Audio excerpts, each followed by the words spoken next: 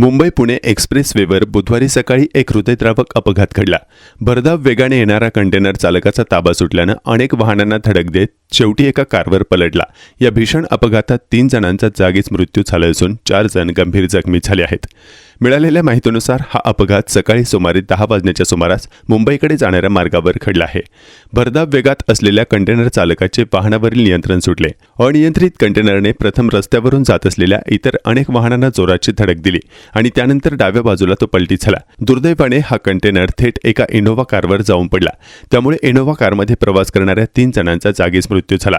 तर या अपघातात 3 ते 4 जण जखमी झाले असून त्यांना उपचारासाठी जवळच्या रुग्णालयात दाखल करण्यात आले आहे।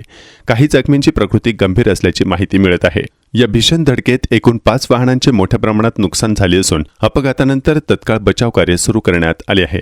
या घटनेमुळे काही काळ एक्सप्रेसवेवरील वाहतूक ठप्प झाली होती, मात्र पोलिसांनी तत्परता दाखवत परिस्थिती नियंत्रणात आणली आणि वाहतूक पुन्हा सुरळीत करण्यात आली।